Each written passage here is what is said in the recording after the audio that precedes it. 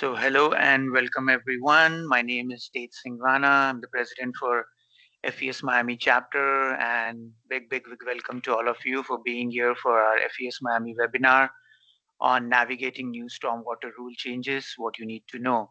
So I know this is a hot topic currently, and I know everyone is eager to know more about it.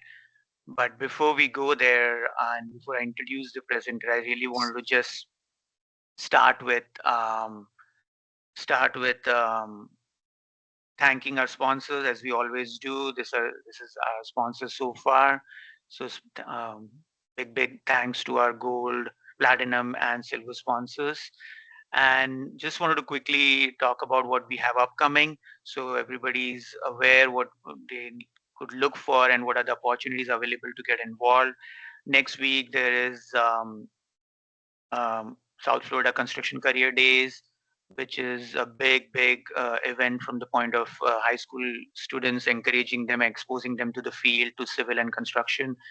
And FES Miami chapter is an ACC is a sponsor for it, and also a lot of the folks, our members, will be are volunteering their time. We had shared the opportunity to volunteer. So if you have still not done it and want to be there and support this great cause and be there with other professionals and help the high school kids, feel free to sign up using the link which we had shared with our members. Um, Moving on, we have two amazing events coming up next month. The first one is on November 8th, which is the Miami International Airport Work Program Update. Director Raf QT will be with us of MIA, and he will be sharing with us about what's happening at all the updates about Miami International Airport and the other airports which fall under that region. So, and this event is happening on November 8th at 11:30. It's a luncheon at Pullman Airport Hotel, very close to the airport. So see if you can join it and take benefit of what's happening. Also, another thing we have upcoming is with the holidays is a food drive and a networking social, which we are doing on November 15th. And this is a joint event with ASC and Cuban American Association. And this is happening in Bayshore. Um, this is happening in Bayshore Club on November 15th, where we will be, of course, it's a social. So, and will also involve a big aspect of collecting food. And we are teaming up with the School Pantry Coalition to collect food. And we there, if you go with the registration for this one, you will see the list of food which you could bring. So feel free to be part of this and help the community and give back. Um, Next, we also have upcoming in November is our third session of our well-being series, which we are doing from de-stress to de-stress.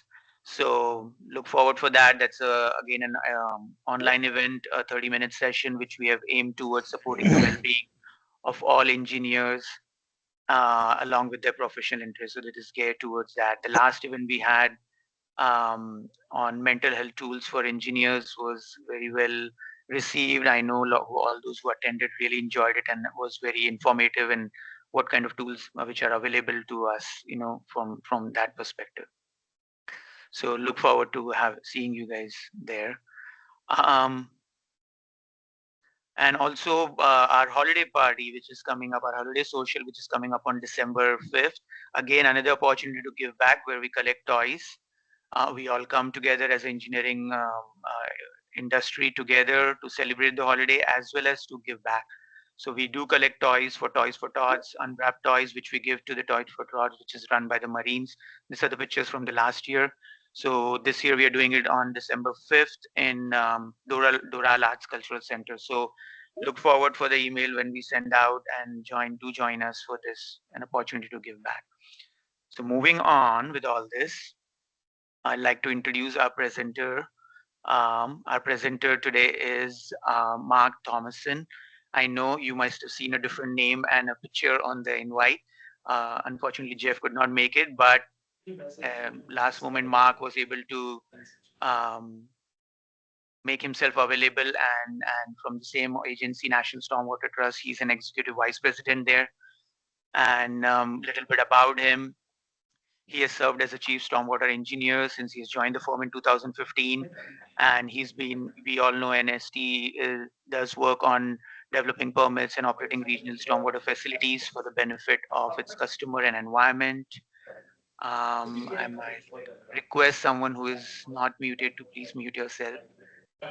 So thank you. Um, and NST also provides customers with offsite stormwater treatment capacity to offset on-site stormwater treatment requirements. And prior to joining NST, Mark worked as for 4 years as a director for the Division of Water Resource Management, the FDPE. And in 2020 and 2021, he served as a Clean Water Ways Act Stormwater Rulemaking Technical Advisory Committee. And since 2017, he also serves on the board of directors of Florida Stormwater Association. He has its undergrad from Louisiana State University in 1988, and he has his master's in civil engineering from LSU in 1991. So let's welcome our presenter, Mark Thomasson, and over to you, Mark. Thank you. Can you all hear me? Yes. All right, I'm going to share my screen now. Let's see, you should be seeing my presentation. So you can guess how, I've been around for a while doing this stormwater stuff in Florida. My entire career has been in Florida, although I went to school in the great state of Louisiana. My entire professional career has been in Florida, and just really, really fortunate to span 30 plus years and all the rules and changes and developments in that time. What we have today to discuss is, the new stormwater rule, and it's kind of a once in a generational rule. It kind of shifts everything from, presumptive volumetric treatment to I'm going to say kind of presumptive calculated treatment, and I'll explain that in a little bit more.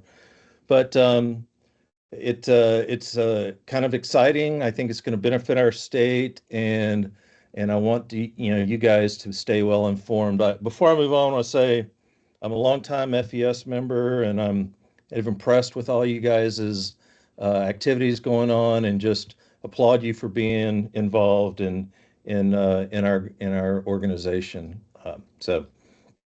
So obviously, a great presenter always tells you what he's going to tell you, tells you it, and then tells you what he told you, so that you remember it. And that's what I'm going to do.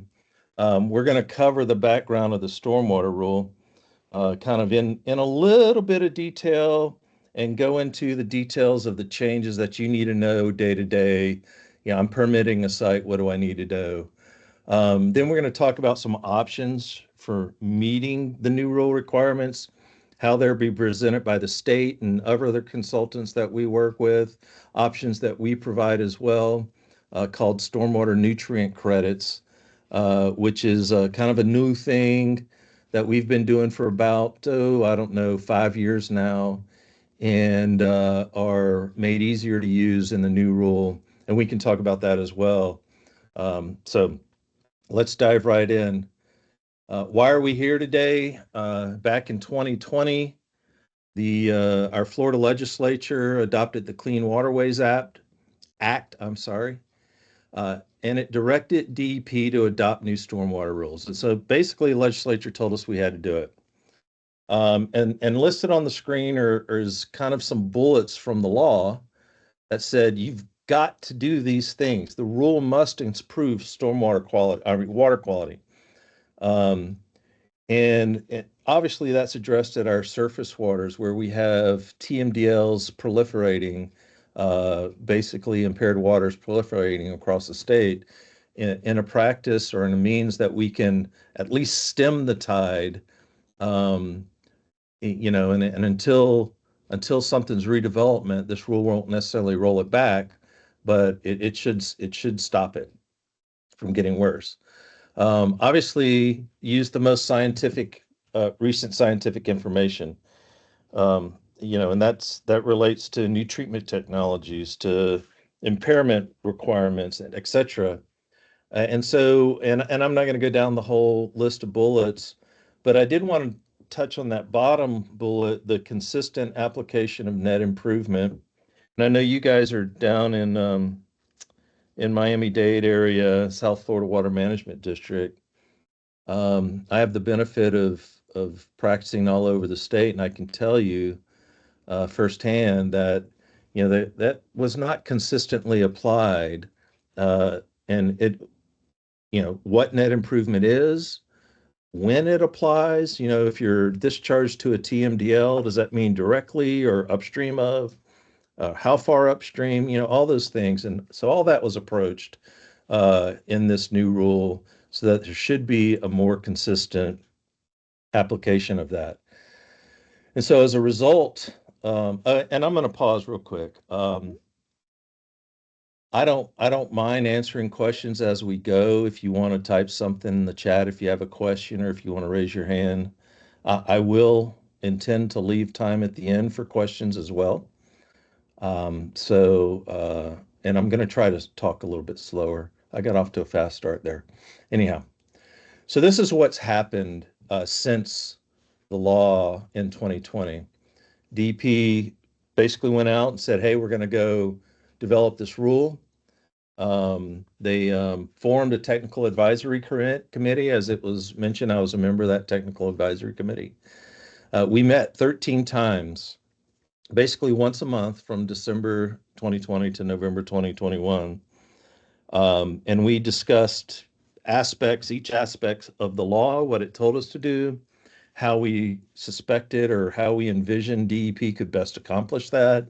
We went through the existing rule and how to improve it. And we put forth a summary report of our findings in March of 2022. DEP basically accepted that report and published it on their website. As a result of that, DEP ran into formal rulemaking at that point, and had 6 rule development workshops, and they presented rule changes at each workshop, and they accepted comments from the public at each workshop, and incorporated those comments. I know FES and FSA, 2 organizations which I'm very active in, both submitted comments on the rule. And if you had any input in that, thank you for that. I mean, that's kind of very important. As with my time at DEP, I kind of developed a new appreciation for rulemaking and input from the public.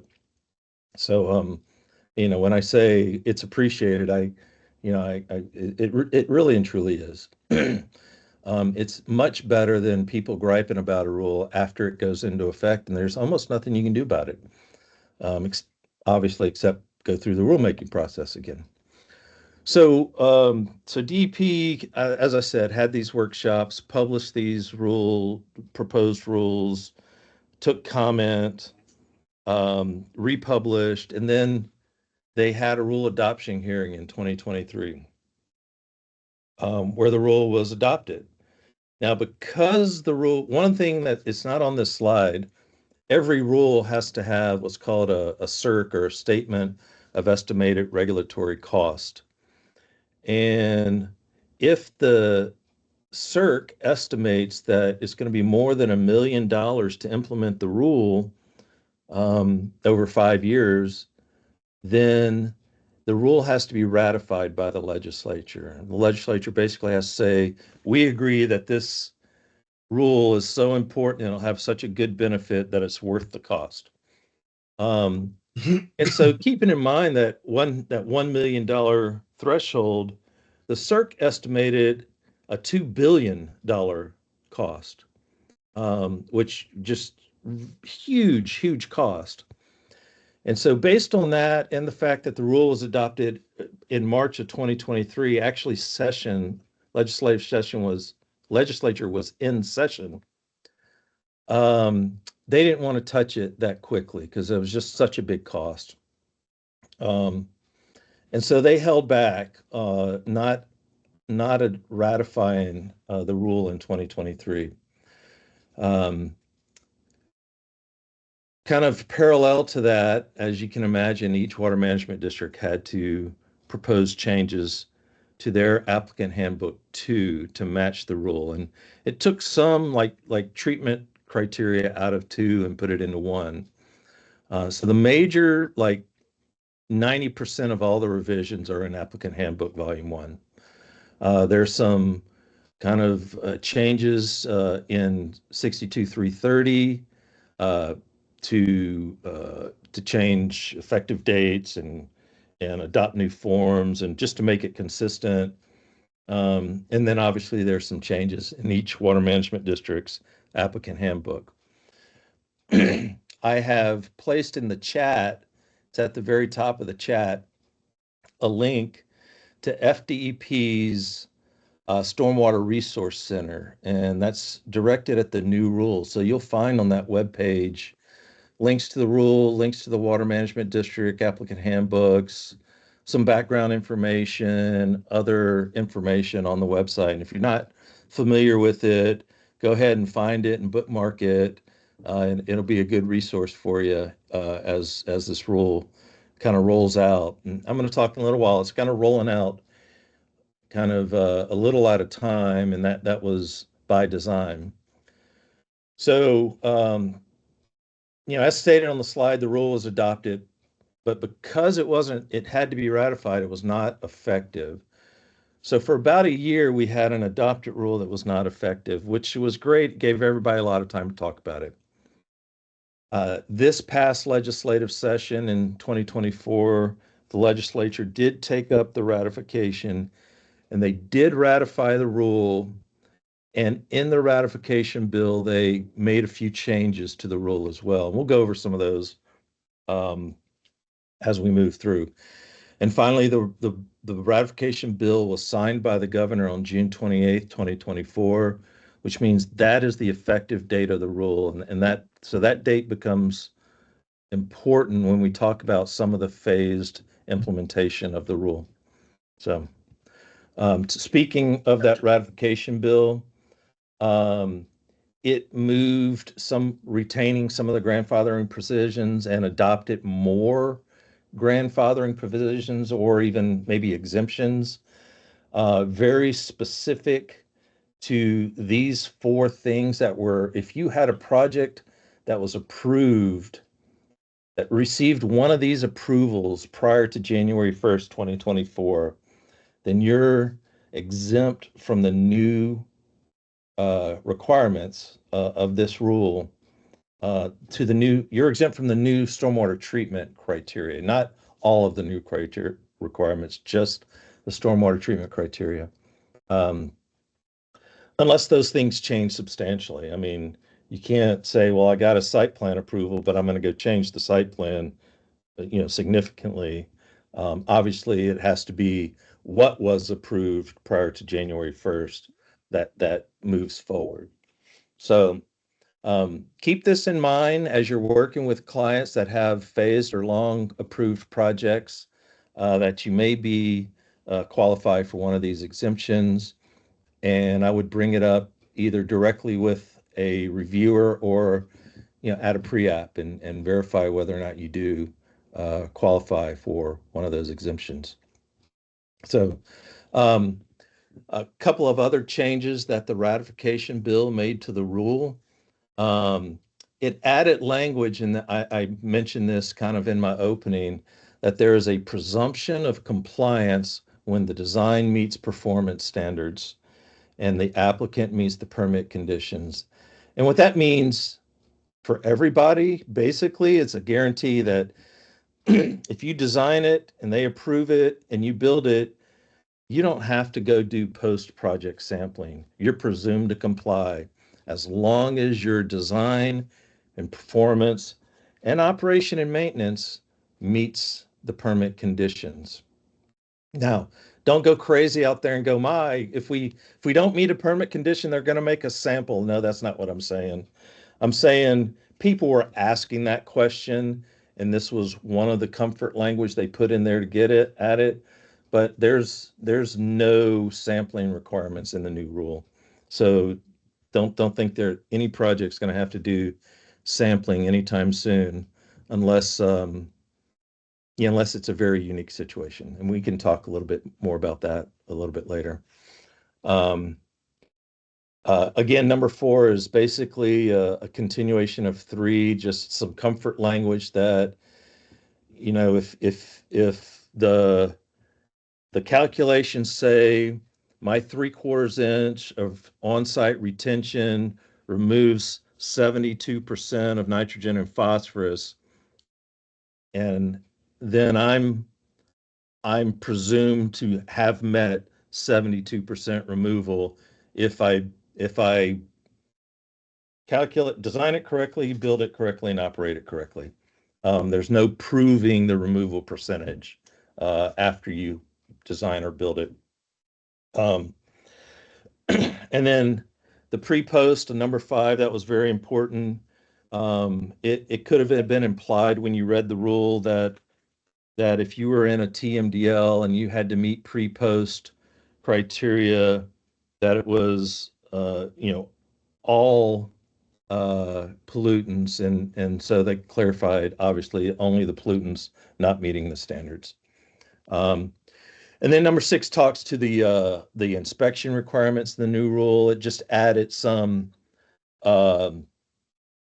basically some parallel inspections or combined inspections with ag required inspections, MS4 required inspections, etc. So, and then finally,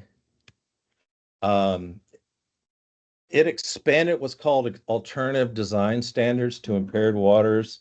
And I hesitated putting this one here because we're really going to get into the design criteria later. So let's not ponder on this, but just know it changed the redevelopment requirement for impaired watersheds. That's what this slide really needs to kind of get through. And we'll go over that in more detail. So, as I mentioned earlier, we want to talk about now kind of what are the changes? What are the significant changes? And as I mentioned earlier, all of these happened for the most part. Well, no, everything I'm talking about happened or is talked about in Applicant Handbook Volume 1. One thing that it expanded upon and it carries forward is a lot of the exemptions and grandfathered activities, but it put them all in Section 3. Obviously, routine maintenance and et cetera is not in it. But and the top 3 are pretty standard. If it's a routine maintenance, if you're still under a valid permit and you're going to build it, you're still under the old permit. If you're a minor modification to a valid permit, it's a minor mod. It doesn't change the design requirements. You don't have to meet the new criteria. I highlighted valid conceptual ERPs because the conceptual permits are kind of a fluid thing, if you will.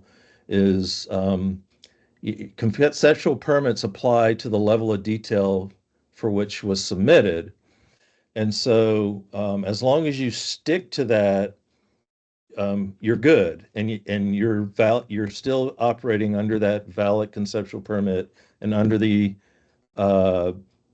criteria that were in effect at the time the permit was adopted. If you submit a conceptual permit today, it's obviously going to have to meet new rule requirements. And then the submittals prior to 1/1/24, those were some that I talked about earlier, where the legislative ratification bill made changes and added those exemptions to the rule. So note that the 10.2 general permit still applies, and note that the 10.2 general permit certification by the engineer is that you meet the rule requirements and the stormwater design requirements. And so when you submit a 10.2 general permit under this new rule, you'll be certifying that it meets the new rule. So just note that. Section 12 is something that is effective now, and we've gotten a lot of phone calls on this. We've heard South Florida is asking these questions now, and how they apply. But what this does is it requires a a cost estimate for the operation and maintenance of the stormwater infrastructure. And it also requires that the operation and maintenance entity provide a financial certification that they're aware of and capable of doing the O&M. And it also requires a signed and sealed operation and maintenance plan to be provided prior to permitting or approval. And then inspections have to be by a qualified inspector. The good news for us is engineers and staff working under the direct supervision of an engineer are by rule qualified inspectors. There is a qualified inspector training program that's being stood up by DEP. Last I checked, it wasn't in effect. And because of that, the qualified inspector requirement doesn't start until 1 year after the effective date, or June 28th, 2025. I see a question in the chat, and I'm going to go ahead and address it because it's about exemptions. It's about DOT projects that PD&Es approved before the effective date are exempt, and or PD&Es and approved work prior to the effective date are grandfathered to the old rules. Can you clarify this? So yes, I can clarify that. And I think that exemption is I think it's in 832, if I'm not, why they left one exemption out in a weird section, I don't know. But it is if the PD&E is approved prior to the effective date, then it's grandfathered under the previous rule. So that's the kind of general statement on PD&E. But there are some other FDOT specific language regarding projects and delayed effectiveness for FDOT projects. So you would want to look in that. I'm hesitating here because I'm trying to scroll to the rule and see if I can find it. But I'll try to find that before we get off and let you know. But yes, if you have an approved PD&E, you're grandfathered under the old rule. So I hope that helped. All right. What's next?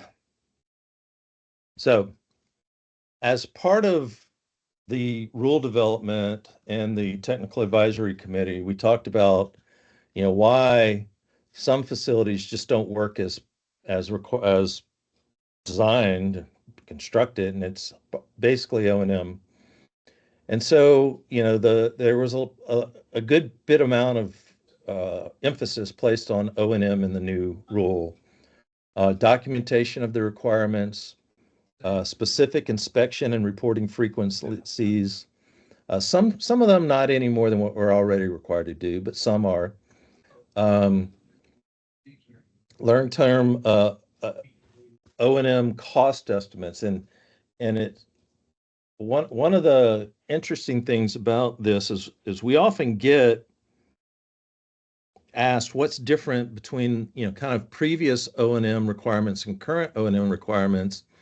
I mean, we used to, for just a standard retention facility, talk about mowing and inspection and an annual cost of whatever that is.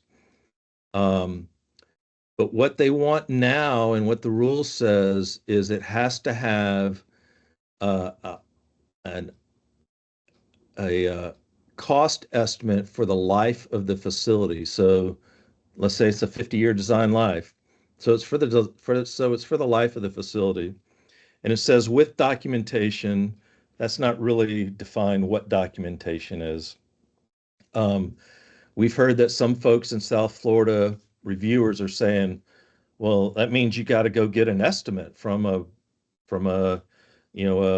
company that does this. And DEP says, no, that's not what that's intended to mean. It could be DOT cost. It could be, I called a supplier and this is what they said. It could be, I've got this from my previous permit. This is how much it cost. they just want to know where you got the information from. And all this obviously must be signed and sealed. And so one of the questions we get a lot is, what is the engineer's, what is our exposure if we're signing and sealing these cost estimates? And, what if the cost, to the actual cost far exceeds the estimated cost? And I'll say, the answer to that is, I can't tell you for sure what the ramifications are. I can tell you for sure that when I do them, I'm caveating them, as much as I can based on today's dollars, based on information provided. I would make sure that you document what you did and caveat it appropriately. And I would, if you have a concern, talk to your provider, your insurance provider, and see what their direction is on that as well. So, all right, so let's get into some more meat. This is the real meat of the new stormwater rule, the new standards. So Section 8 of applicant handbook right now sets up the requirements for quantity and quality. I'll also note that there's a new definition of redevelopment, which kind of, I think, restricts redevelopment to certain classifications of land uses. And so then, in essence, less projects, and maybe only 20% less, will be redevelopment, and others will, and those that aren't will have to meet the new criteria, as if it's new development. So, and then Section 9 is the section that talks about nutrient loading calculations and how you're going to calculate loadings and how you're going to calculate removal. It gives some criteria, and then it provides some alternatives. And that last bullet, expanded compensating stormwater treatment options. It provides a little bit more leeway in the alternatives for doing that. And so just you see the red text on the left over here.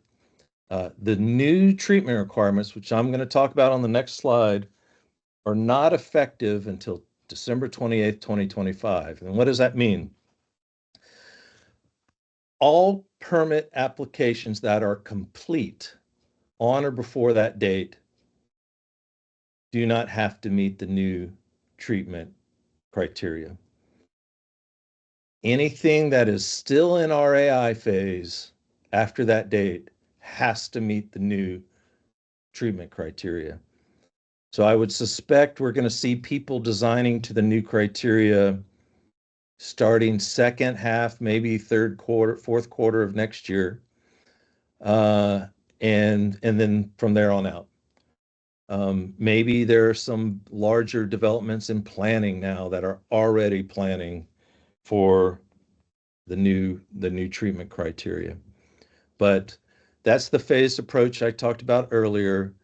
The new treatment criteria don't become effective until just December 28th. Mark, on that note, there are two new questions in the chat box. Okay. They're pretty related. Would you mind taking a look and addressing those for Anthony and Jeff? Not a problem. If a project was submitted before 124 and the initial submitter was retracted and it was resubmitted early, how would that work for grandfathering? So if you remember the 124, some kind of exemptions, I think they're termed exemptions, but grandfathering is just as good. Those had to do with, I'm going to call them other than state approved plans. They had to do with site plans, stormwater master plans. Their plans, plats, preliminary plats, DRIs. Well, that is a state approval, but not DEP. So those had to be approved prior to 1/1/24. Other than that, that date doesn't mean anything. So if it wasn't approved prior to 1/1/24, then it's not exempt. I hope that answers that question. If I misunderstood it, please re-ask.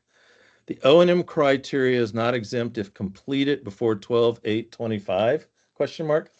No, the O&M criteria are in effect now. If you have a permit application that was not complete on June 28th, 2024 of this year, and you were still in the RAI, they will start asking new O&M criteria, and it will be effective currently. It's effective now. And that is, let's see if I can, yeah. So these Section 12 things are effective now.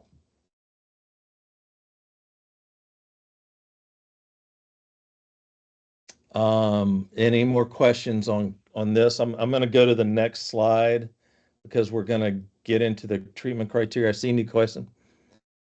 How long is the conceptual permit valid to be grandfathered? For the duration of the conceptual permit, and those could vary, so I would check your conceptual permit. But as long as that permit is valid, then you're grandfathered. But once that permit expires, you're no longer grandfathered. How will revisions to existing permits be handled if the changes are minored? Again, I would go back to what is a minor modification in 62.330 and applicant handbooks ones address both. But if you don't substantially affect the treatment or the runoff to it, like then it should be minor. But what is and what isn't a minor modification hasn't changed. So if it's a minor modification, you don't have to meet the new criteria. And yeah, that should be okay. So these are the new treatment standards. And just you'll notice real quick, they kind of do a general, if you discharge to an OFW, if you are in a HUC 12, and a HUC 12, if you don't know, is a hydraulic unit code 12. It is a construct, if you will, of the USGS or similar organization. There is a link on that DEP website to a HUC 12 map. But if you're in a HUC 12 that contains an impaired water and you're upstream of that impaired water, then you have to meet these requirements. And so that kind of gives more definition to what discharge to an impaired water means. It's not discharge to, it's you're in the HUC 12. And so that is, at least you know going in, what the HUC 12 boundary is and am I in it? And then there's a similar statement for an OFW. And then there's the redevelopment standards. And so what those are, for all standards across the board, post-development nutrient loading, discharging from your project, post-treatment, must be less than pre-development discharge loading for all projects. So all projects basically have to meet net improvement standards, what was defined before as net improvement. And you have to meet these percent removal targets. And it's so whichever one is more stringent, you have to meet. And so if you look in each column, you can see what those are for each type of development or discharge location you might be in and what those targets in. So you can see that it goes from 80% phosphorus removal and 55% nitrogen removal for typically all sites, no matter where you are. If you discharge to an OFW or you're in that watershed, it could be as high as 95 and 95. Or plan prescribed. And again, they're going to go with the most stringent. And plan prescribed means if there's a BMAP in place that would have a non-point source, required removal, then it could be that as well. And then you see that redevelopment gives a little bit of leeway on nitrogen for both impaired and non-impaired waters. So not much of a benefit being a redevelopment, but a little bit. But the interesting thing to note is that redevelopments do have a target removal percentage. So that goes back to what I said earlier about stemming the tide. As things redevelop, we'll start making an impact into getting more removal percent. Not a ton if you're already at 36% with wet detention, or even that with if you're at retention, but definitely things like filtration and dry detention kind of are going to go by the wayside because their removal percentages are very, very small. So any questions on that before we move on? You notice the TSS down at the bottom, and there's been a lot of questions about that. The general consensus is if you're meeting TNTP, you're meeting TSS. It's just another calculation that you have to give them to verify that. So, all right. So, kind of going back to Section 9, nutrient loading calculations. All permits will require nutrient calculations. It's been done very commonly in impaired waters and with pre-post requirements. The most common method to do it is BMP Trains model, a free model by University of Central Florida. It is an easy model to duplicate. A lot of people, including me, just do it on Excel spreadsheet. It's more control and it's not as clunky. But basically it implements what we call the Harper method, the method for determining runoff loading from his 2007 report on BMPs in Florida, or the state of stormwater treatment practices in Florida. So anyhow, it's pretty straightforward. Some pretty basic hydrology information, directly connected impervious area and non-directly connected impervious area CN. From the Harper tables, if you have those two things, you can get your annual runoff C. Notice it's a large C and not a small c. And notice it's not a CN. It's Harper's annual runoff coefficient. And then you can do runoff volume, which is pretty straightforward. You'll get your average annual rainfall. Again, there's HIEDA graphs in that report. Some localities may have different ones. Water management districts have them.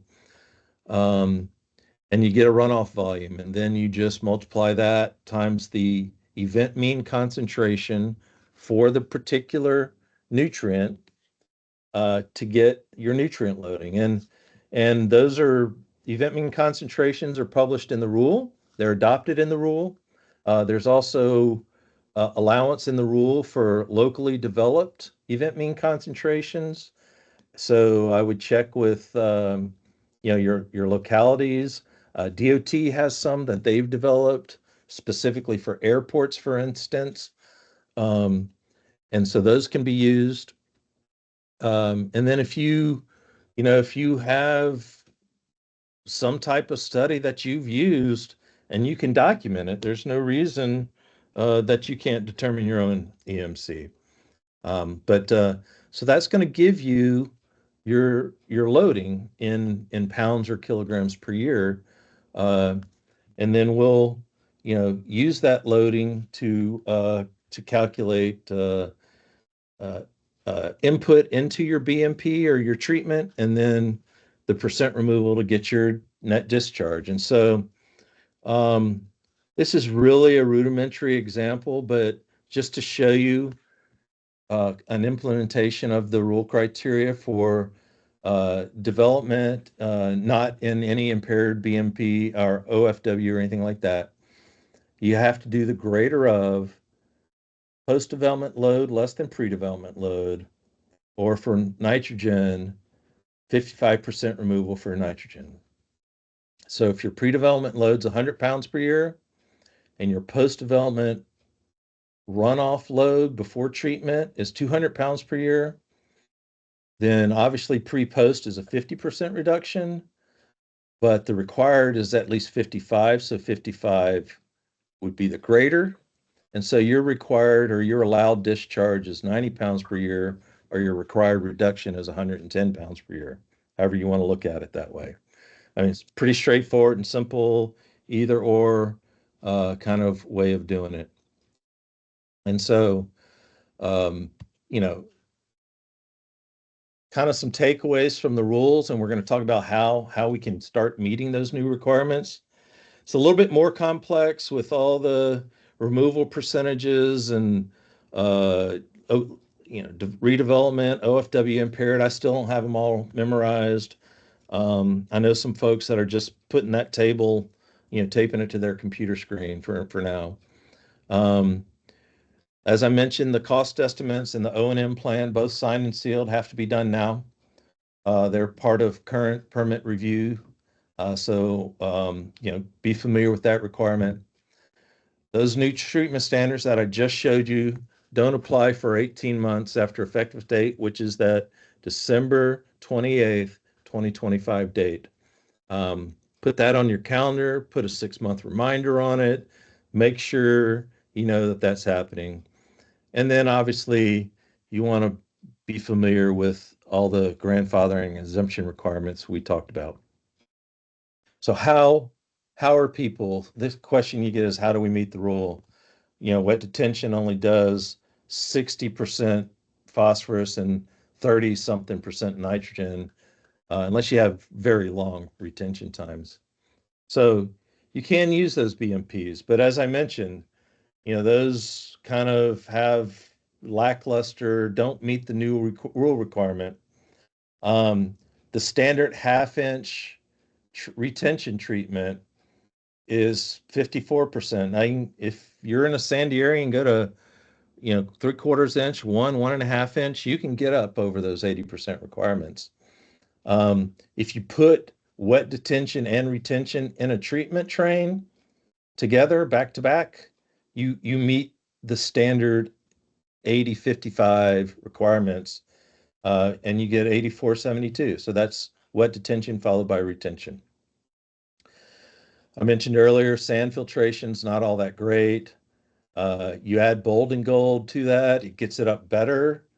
So if you did bold and gold filtration, wet detention followed by filtration, again, you can get to that standard 55-80 removal, but you're not going to get to the 80-80 or the 95% removal thresholds using those standard treatment practices.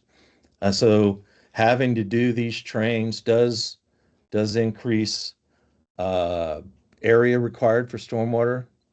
And sometimes, a lot of times you can't do it because of groundwater, etc. So there's alternative designs. The rule says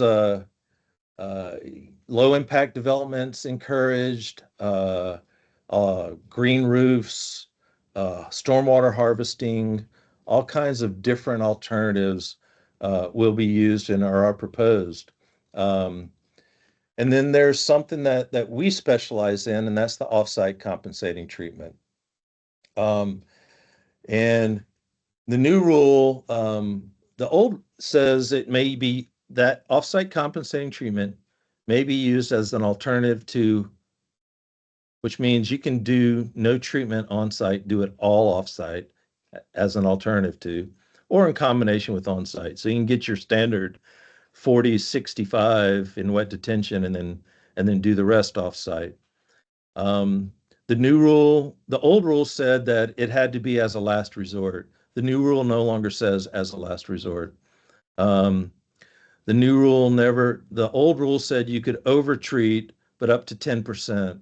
The new rule removes the 10% over treatment limitation. And the new rule also, I'm not going to say it promotes, but it makes the use of regional stormwater management systems easier, which is a mechanism we use to provide nutrient credits. And I'm getting short on time. I'm gonna just kind of get to some of this stuff. Now, we're providing credits in districts, currently in districts 5, 7, and 2. We don't have any down in your area out of DOT ponds, but we're also working with developments. A CDD here. This is CDD we have a lease on, and this is our RSMS drainage basin, and all these ponds make up the RSMS. They're all connected by one outfall, and this is its service area. So here's the RSMS service basin and our ponds, but this is the HUC boundary that it all serves. So any development in this area can use off-site compensating treatment out of our facility to meet their stormwater treatment requirements. And so I get a lot of questions how we do that. We use multiple types of BMP enhancements, smart ponds, BAM filters, etc. And we have a model that we've developed that models an annual operation and calculates an excess treatment. The bottom line is standard. The top line is enhanced. The difference is credit available. And we document those we have to submit annual reports, and the dash line is required. We're way above it. So we're providing treatment credits. And so how do you get those? All we need to know is how many pounds or kilograms per year you need. You need, obviously, that information, you need to determine basically what I told you before with how to get your loading and how much you fall short. And so this is a sample project that we did, that their pre-development loading, I'm going to stick with nitrogen to go quick, was roughly 28. Their post was 105. It required a 74% removal efficiency to do pre-post. Because they're in a impaired watershed, they have to do 80. So their required removal is 84 pounds. And wet detention only provide 41-pound removal. So they had a 43-pound shortfall, which they're getting with our stormwater nutrient credits. So they can build a standard wet detention pond, buy offsite credits, and get their permit approved. So if you're interested, you can contact me or Aaron, and we can give you information for how to get and where we have them available. We're developing all over the place.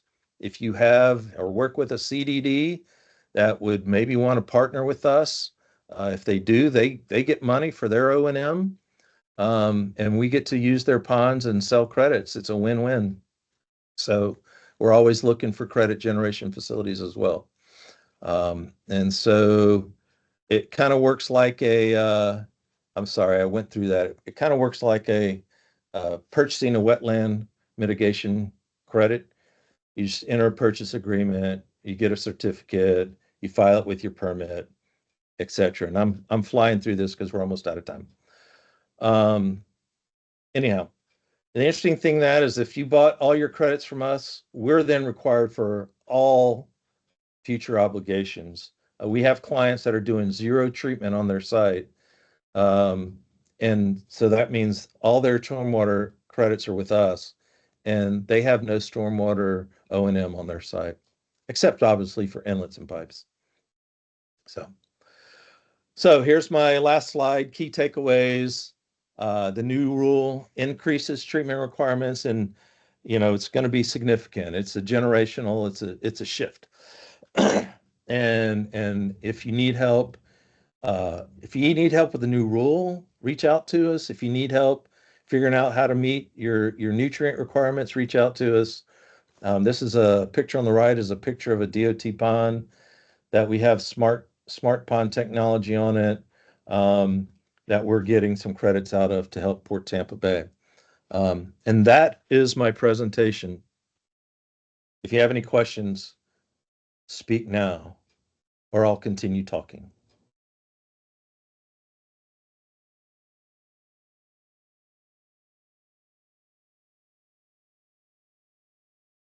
So thank you, Mark. I think you did a great job in presenting it and also addressing the questions while you were presenting. So not sure if anybody has any questions, but if you have, feel free to. You do have some time, so you can, of course, if you don't want to type, you can unmute yourself and share your question or raise your hand, however you want to do it. Don't hesitate. And as yes.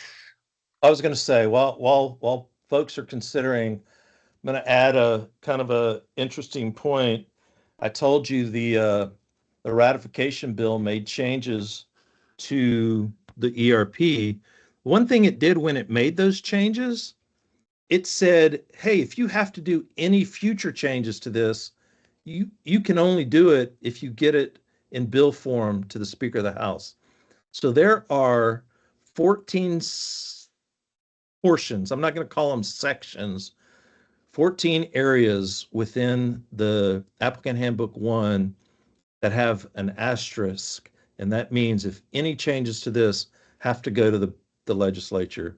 It's kind of bizarre, but it's interesting. So if you're ever reading it and see that, that's what that means. We do have a question, Mark. Yes.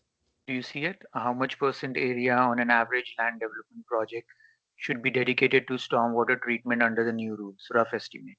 Oh, wow. That is the question, is it not? And it has so many variables: where you are, what's the groundwater, what type of BMP you normally could use. We're telling folks, if you want to go straight BMP treatment train, we're looking at roughly, twice, maybe 160% of what you had before, but 1.5 to 2 times what you used to provide. And it all depends on how you're going to do it.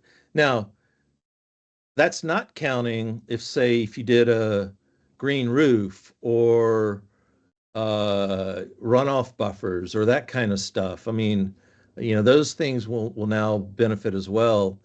And you'll be seeing a lot more people using those types of calculations to reduce their project loading.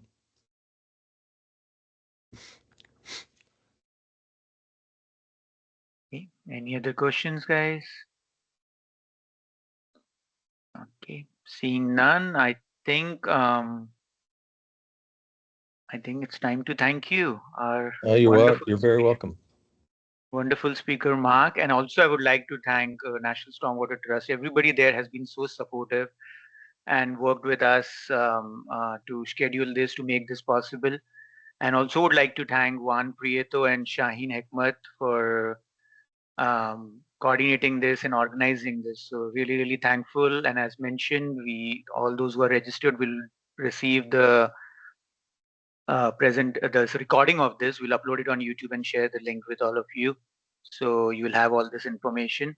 And also, if you have any other questions, I think National Stormwater information is right here, and feel free to reach out and connect. So thank you. Hope to see you all in our next event. Thank you. Thank you, Bye. everyone. Thank you. Goodbye.